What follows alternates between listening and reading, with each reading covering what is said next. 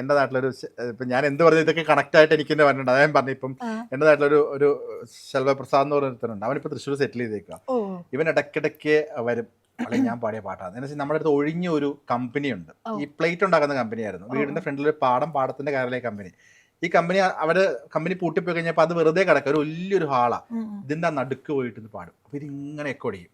അപ്പൊ യേശുദാസ് തോറ്റു പോലെ ശബ്ദം കേട്ട് കഴിഞ്ഞാല് അത് വെച്ചിട്ട് ഞങ്ങളൊക്കെ വെച്ചു ഇവൻ ഇത്ര നന്നായിട്ട് പിന്നെയാണ് നമുക്ക് മനസ്സിലായി എക്കോയുടെ സൗന്ദര്യം നമ്മൾ കേൾക്കണത്.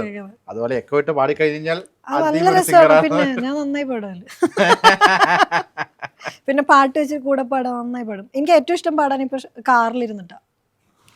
കാറിൽ പാട്ട് വെച്ചിട്ട് അതെപ്പോഴും ഡ്രൈവ് ചെയ്യുമ്പോ ചേട്ടനും ഞാനും പോകുമ്പോ ഞാൻ ലിറിക്സ് വയ്ക്കും, പാട്ട് വയ്ക്കും. ഭയങ്കര ഇഷ്ടമാണ് കാറിൽ പാട്ട് പാടിപ്പോവാൻ. അത് സ്ഥിരം പരിപാടിയുണ്ട്. കാരണം നമ്മുടെ പിച്ച് ഔട്ടൊന്നും അറിയില്ല. കാറിൽ നല്ല രസമാണ്. എല്ലാ കുരുത്തക്കേടും ചേട്ടനുണ്ടെന്ന് തോന്നുന്നല്ലേ? അതെ, എല്ലാത്തിനും ഉണ്ട്. ഈ കാറിൽ പോകുമ്പോ ചിലവർ വളരെ മെലോഡിക് ആയിട്ട് പാട്ട് വെക്കും. ചിലവർ മറ്റേ ഗില്ലിക്കകത്ത് ഇങ്ങനെ അതൊക്കെ ഉണ്ട്. ഏത് അത് വരുമ്പോ നമ്മുടെ സ്പീഡ് കൂടും. പിന്നെ പാട്ട് ഭയങ്കരമായിട്ട് നമ്മളെ ഇൻഫ്ലുവൻസ് ചെയ്യും. ഒരു മെലഡീസ് വെക്കുകയാണെങ്കിൽ പയ്യ ഡ്രൈവിംഗ് ശ്രദ്ധിച്ച് അറിയാൻ പറ്റും. പയ്യെ ഡ്രൈവിംഗ് ഒന്ന് സ്ലോ ഡൗൺ ആവുന്നൊക്കെ കാണാം. അർജുനൽ വില്ലൊക്കെ വെച്ച് കഴിഞ്ഞാൽ ഞാൻ വച്ചിട്ട് എന്റെ വൈഫ് പറയും ആ പാട്ട് വേണ്ട മാറ്റി. എനിക്ക് പെട്ടെന്ന് എത്തണം എന്ന് പറയുമ്പോൾ ഞാൻ പറയും ചേട്ടാ എനിക്ക് പെട്ടെന്ന് എത്തണം. അപ്പൊ ഞാൻ ഈ പാട്ടിൽ ഞാൻ ചേഞ്ച് ചെയ്യും. അപ്പൊ അതിനനുസരിച്ച് പോകും. നൈസായിട്ട് പാട്ട് മാറുമ്പോ അതിനനുസരിച്ച് സ്പീഡ് കൂടും. ഫുഡ് ഹാബിറ്റ്സ് ഒക്കെ എങ്ങനെ ശരിക്കും? നോൺ അടങ്ങിയേ തീരുള്ളൂ, ഫിഷ് വേണം? ഇല്ല, അങ്ങനെ നിർബന്ധമില്ല. ഫുഡ് ഇത് വേണം, അതുണ്ടെങ്കിലേ കഴിക്കൂ. ഒരു നേരം എന്തായാലും എനിക്ക് ഉച്ചയ്ക്ക് ചോറ് വേണം, അങ്ങനെ എന്തെങ്കിലും? ചോറ് ഇഷ്ടമാണ്, അത് ഉച്ചയ്ക്ക് ചോറ് കഴിക്കും. പക്ഷെ കറികൾ അങ്ങനെ ഇന്നത് വേണം നിർബന്ധം. എനിക്ക് ഒരു കറി ഉണ്ടായി എല്ലാവരും പറഞ്ഞു കേൾക്കും, പല കറികൾ, പല സെറ്റ് ഓഫ് കറികളും ചോറൊക്കെ കഴിക്കാൻ ഓരോരുത്തർക്ക് ഇഷ്ടം.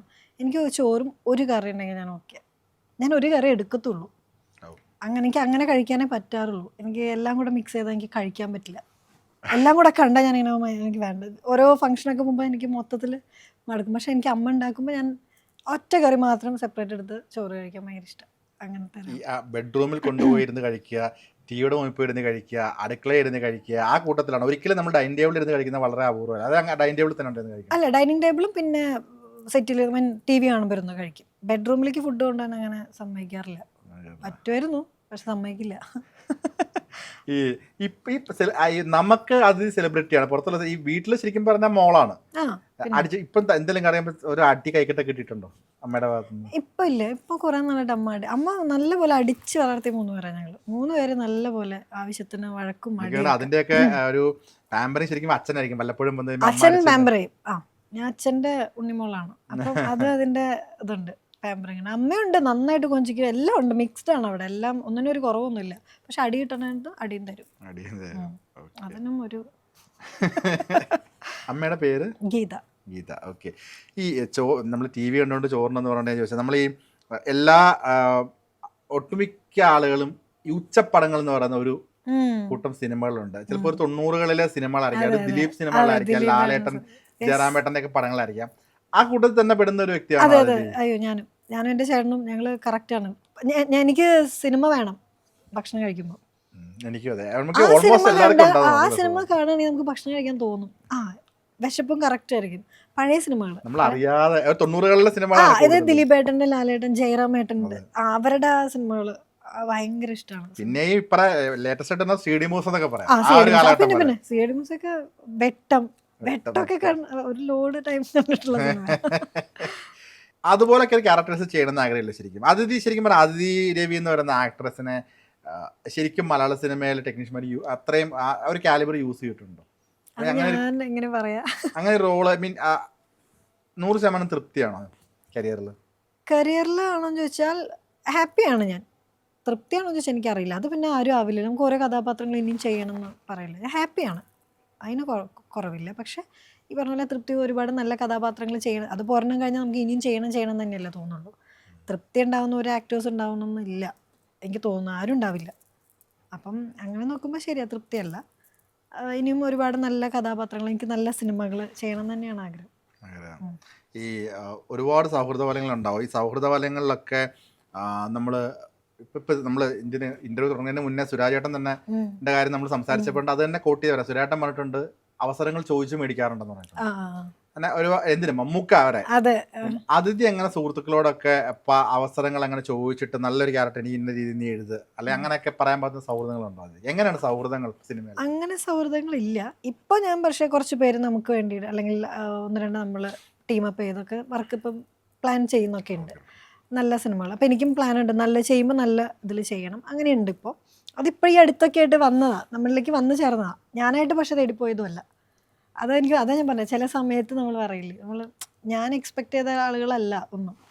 അപ്പോൾ അതുകൊണ്ട് എനിക്ക് ഭയങ്കര ഇനിയും ഉണ്ടാവും നല്ല സിനിമകളിൽ. ഓക്കെ. അതിന് മുന്നേ ഞാൻ അങ്ങനെ ചോദിക്കലില്ല. എനിക്കും ചോദിക്കാനൊരു മടിയായിരുന്നു. അങ്ങനെയൊക്കെ ഞാൻ എങ്ങനെ ചോദിക്കാതെ ബുദ്ധിമുട്ടിപ്പിക്കുകയാണ് എപ്പോഴും. നമ്മുടെ ഫസ്റ്റ് തോട്ട് ഞാൻ കാരണം ഒരാൾക്ക് ബുദ്ധിമുട്ടുണ്ടാവണം ഞാൻ ചോദിച്ചാൽ. ഇനി അവർ നോ പറഞ്ഞാൽ അത് പിന്നെ ഒരു ബുദ്ധിമുട്ടാവും, നമുക്കും ഒരു വിഷമം, അവർക്കും അതൊരു. അപ്പം ചോദിക്കൽ വളരെ കുറവാണ്. പക്ഷെ ഇപ്പം ഞങ്ങൾ കുറച്ചുകൂടി ടീമപ്പ് ചെയ്ത് വരണം, നല്ലതൊക്കെ വരുന്നുണ്ട്. അപ്പം അതിൽ ഞാനിപ്പോൾ ഹാപ്പി. ഇപ്പം അതാ പറഞ്ഞത്, ഞാൻ ഒന്നിനും പോയപ്പോൾ തന്നെ വരുന്നുണ്ട്, അതിൽ ഞാൻ ഹാപ്പിയാണ്. അത് എപ്പോഴും ഭയങ്കര പ്ലസന്റ് ആയിട്ട് ഇഷ്ടപ്പെടുന്ന വ്യക്തിയാണ്. എനിക്കത് ഇഷ്ടമാണ് അങ്ങനെ. കാരണം ഞാൻ അങ്ങനെ പെട്ടെന്ന് ഇങ്ങനെ ഡൗൺ ആവുന്ന നെഗറ്റീവ്, എപ്പോഴും നെഗറ്റീവ് ചിന്തിച്ചിട്ടൊക്കെ ഉള്ള ഒരാളായിരുന്നു. അതല്ല എന്ന് മനസ്സിലാകുന്ന പോയിന്റിലൊക്കെ എത്തിയപ്പോൾ എനിക്കിപ്പോൾ ഇതാണ് ഇഷ്ടം. ഇങ്ങനെ ഇരിക്കാനാണ് നല്ലത്, ഇത് നല്ലതേ കൊണ്ടുവരും നമുക്ക്. നെഗറ്റീവ് ഇരുന്നാൽ നെഗറ്റീവ് മാത്രമേ വരുള്ളൂ, പോസിറ്റീവായിട്ടിരുന്നാൽ പോസിറ്റീവ്. അപ്പം നമുക്ക് ചൂസ് ചെയ്യാം ഏത് വേണമെന്ന്. 100% ശരിയാണ്. ഞാൻ ആലോചിച്ചത്. അല്ലേ? എത്ര വയസ്സുണ്ട് ഇപ്പം? അയ്യോ, വയസ്സ് പറഞ്ഞോളൂ, ഇപ്പം 32. ഭയങ്കര മെച്യൂരിറ്റിയോട് സംസാരിക്കുന്നോണ്ട് ചോദിച്ചത്. ഭയങ്കര എനിക്ക് ശരിക്കും പറഞ്ഞാൽ ഭയങ്കര വായിക്കുന്ന ഒരാൾ പറയുന്നപ്പോൾ എനിക്ക് ഈ സദ്ഗുരു കേട്ടിട്ടുള്ള ഒരു ഇതായിരിക്കും ഇങ്ങനത്തെ തോട്ട് പ്രോസസ് കേട്ടും. പിന്നെ നമുക്കത് ഞാൻ ഓരോന്ന് വരുമ്പോൾ അതിങ്ങനെ ഒബ്സർവ് ചെയ്യാൻ തുടങ്ങിയപ്പോൾ എനിക്കത് നമ്മുടെ തന്നെ മിസ്റ്റേക്സും നമ്മുടെ തന്നെ എക്സ്പീരിയൻസിൽ നിന്നും പഠിക്കുമ്പോൾ ഉണ്ടാവുന്ന ഏത് ബുക്ക് വായിച്ചാലും കിട്ടില്ല. ബുക്ക് വായിച്ച് വേണമെങ്കിൽ എനിക്കിങ്ങനെ ഒരു പ്രഭാഷണം അങ്ങനെയൊക്കെ പറയാൻ പറ്റും, വന്നിരുന്നൊക്കെ വേണമെങ്കിൽ. ഇത് ഉള്ളിൽ നിന്ന് പറയുന്നതാണ്. ഇത് ഞാൻ എൻ്റെ ഇതിൽ നിന്ന് പറഞ്ഞതാ, ഇതെനിക്ക് ബുക്കിൽ നിന്ന് കിട്ടിയതല്ല. ബുക്ക് വായിച്ച് പറയുന്നത് എളുപ്പമാണ്, അതിന് ഇത്തിരി അത്യാവശ്യം അതിലൊരു സ്കില്ല്, വായിക്കാനുള്ള ഒരു ക്ഷമയും പിന്നെ ആ ഒരു സ്കില്ല് ഉണ്ടായാൽ മതി സംസാരിക്കാൻ. പക്ഷെ അത് ഉള്ളിൽ നിന്ന് വരുന്നതാണ് ഏറ്റവും. അങ്ങനെ ഉണ്ടായാൽ നല്ലതായിരുന്നു. ഞാൻ ഇപ്പോഴും ശ്രമിച്ചുകൊണ്ടിരിക്കുന്നതാണത്. അങ്ങനെ. ഓക്കെ. ഈ ഒരു നടി എന്ന രീതിയിൽ സ്വയം പുതുക്കുന്നത് എങ്ങനെ ഇവോൾവ് ചെയ്യുന്നത്? ഇപ്പം ആദ്യത്തെ സിനിമയിലെ ഇപ്പം ആംഗ്രി ബേബീസിലെ ആ ഒരു ക്യാരക്ടർ ആയിരിക്കില്ലല്ലോ ഈ 10-ാം മഴയിൽ വന്നിരിക്കുമ്പോൾ അലമാരയിലെ ഒരു കഥാപാത്രം ആയിരിക്കില്ല നേരിൽ വന്നത്. ഓരോ സിനിമകൾ കഴിയും തോറും അതിഥിക്ക് തന്നെ തോന്നിയിട്ടില്ല അതിഥി മെച്ചപ്പെട്ട് വരുന്നു. എനിക്കതിന് എന്നെ ഏറ്റവും കൂടുതൽ ഹെൽപ്പ് ചെയ്തത് സുരാജന്റെ കൂടെ 10-ാം മഴവിന് മുൻപ് ഞങ്ങളൊരു സിനിമ ചെയ്തിട്ടുണ്ട്, അതിപ്പോൾ റിലീസ് ആവാൻ പോകുന്നേ ഉള്ളൂ, ലിക്കർ ഐലൻഡ് എന്ന് പറഞ്ഞിട്ട്. അത് 10-ാം മഴവിന് മുൻപ് ചെയ്തതാണ്. അപ്പോഴാണ് ഞാൻ സുരാജനെ പരിചയപ്പെടുന്നു. എന്താണ് ആക്ടിങ്, ഭയങ്കര ഒരു ഇൻസ്റ്റിറ്റ്യൂഷനാണ് സുരാജ് ചേട്ടൻ ആ കാര്യത്തിൽ. എനിക്ക് നല്ലൊരു ഗുരുവിനെ പോലെ എനിക്ക് ഭയങ്കര റെസ്പെക്റ്റ് ഉള്ളൊരു ചേട്ടനാണ്. കാരണം ആ കാര്യത്തിൽ എപ്പോഴും നമുക്ക് പറഞ്ഞു തന്നത് അതെനിക്കൊരു ഷിഫ്റ്റായിരുന്നു. എങ്ങനെ നമുക്ക് അഭിനയിക്കുക, നമ്മളും മറ്റേത് ഡയറക്ടർ പറഞ്ഞു തരുമ്പോൾ ആ ഡയലോഗ് മാക്സിമം പഠിച്ച് പറഞ്ഞത് പറഞ്ഞു കഴിഞ്ഞു, ഓക്കെ ഇങ്ങനെയൊക്കെയായിരുന്നു. ജോലി തീർത്തു എന്നല്ല, നമുക്കൊരു ടെൻഷനൊക്കെ ഉള്ളതുകൊണ്ട്. ഇപ്പം അങ്ങനെയല്ല, അത് എന്താണ് ആ ക്യാരക്ടർ എന്താണെന്ന് മനസ്സിലാക്കി ചെയ്യുമ്പോൾ ഉണ്ടാകുന്നൊരു ഫീല് ഭയങ്കര രസമാണ്. അതെനിക്ക് സുരാജേട്ടനാണ് ആ ഒരു ടിപ്പും കാര്യങ്ങളൊക്കെ പറഞ്ഞു തന്നത്, ഭയങ്കര ഹെൽപ്ഫുള്ളായിരുന്നു. അതെനിക്ക് 10-ാം മഴവിലും ഭയങ്കര ഒത്തിരി ഹെൽപ്പ് ചെയ്തിട്ടുണ്ട്. ആ സിനിമയ്ക്ക് അല്ല അതുവരെ അപ്പം ഈ ഒരു പ്രോസസ്സ് തന്നെ അല്ല, ഡയറക്ടർ എന്ത് പറയുന്നു അത് ചെയ്യാം, നമ്മൾ മാക്സിമം ചെയ്യും, ഇല്ലെന്നല്ല. എന്നാലും അതിൻ്റെ ഒരു ഡെപ്ത് അറിഞ്ഞ് ചെയ്യാന്ന് പറയുന്നത്, കാരണം ലിക്രയിൽ കുറച്ചും കൂടി നല്ല അത്യാവശ്യം നമുക്ക് വളരെ ഡെപ്ത് ഏറിയ ഒരു ക്യാരക്ടറുണ്ട്. അപ്പോൾ അതിന് സുരാജ് ഒത്തിരി ഹെൽപ്പ് ചെയ്തിട്ടുണ്ട്. അപ്പോഴാണ് എനിക്ക് മനസ്സിലായത് എങ്ങനെയാണ് ഒരു കഥാപാത്രത്തെ, അതിപ്പോൾ ചെറുതാണെങ്കിലും ത്രൂ ഔട്ട് വേണമെന്നില്ല സിനിമയ്ക്കകത്ത് ഒരു ആക്ടറെ ഡിഫൈൻ ചെയ്യാൻ. ചെറുതാണെങ്കിലും അതിനെ എങ്ങനെ എത്രത്തോളം അതിൽ ഡീപ്പായിട്ട് കാണാൻ പറ്റുന്നു എന്നുള്ളതാണ് ശരിക്കും ഒരു ആക്ടർ ഇരിക്കുന്നത്. അപ്പോൾ അതിനുശേഷം എനിക്കിഷ്ടമായി എന്ത് റോളാണെങ്കിലും ഇതാണ് ഞാൻ ഇപ്പോൾ ചെയ്തുകൊണ്ടിരിക്കുന്നത്. എന്താണെങ്കിലും അതിൽ മാക്സിമം മാക്സിമം അതെന്താണ് ആ ക്യാരക്ടർ, അതിന് മുമ്പ് എന്തായിരിക്കും, എങ്ങനെയായിരിക്കും ആ ക്യാരക്ടർ പെരുമാറുക, അതൊക്കെ സുരാജേട്ടനാണ് എപ്പോഴും പറഞ്ഞിരിക്കുന്നത്. ഒരു ക്യാരക്ടർ വരുമ്പോൾ അവർക്കൊരു ബാക്ക് സ്റ്റോറി ഉണ്ടെന്ന് നമ്മൾ വെറുതെ ചിന്തിക്കണം എന്ന്. അതെനിക്കറിയില്ലായിരുന്നു. ഞാൻ വന്ന് ഇപ്പം ഒരു IT വർക്ക് ചെയ്യുന്ന ഒരു ലേഡിയാണെങ്കിൽ ഞാൻ അപ്പം തന്ന ഡയലോഗിനനുസരിച്ച് വരും, അവൾ എന്തൊക്കെയായിരിക്കും എന്നൊക്കെ വെറുതെ പറഞ്ഞു തരുമ്പോഴാണ് അത് ഭയങ്കര അത് നല്ലൊരു എക്സ്പീരിയൻസ് ആയിരുന്നു എനിക്കത്.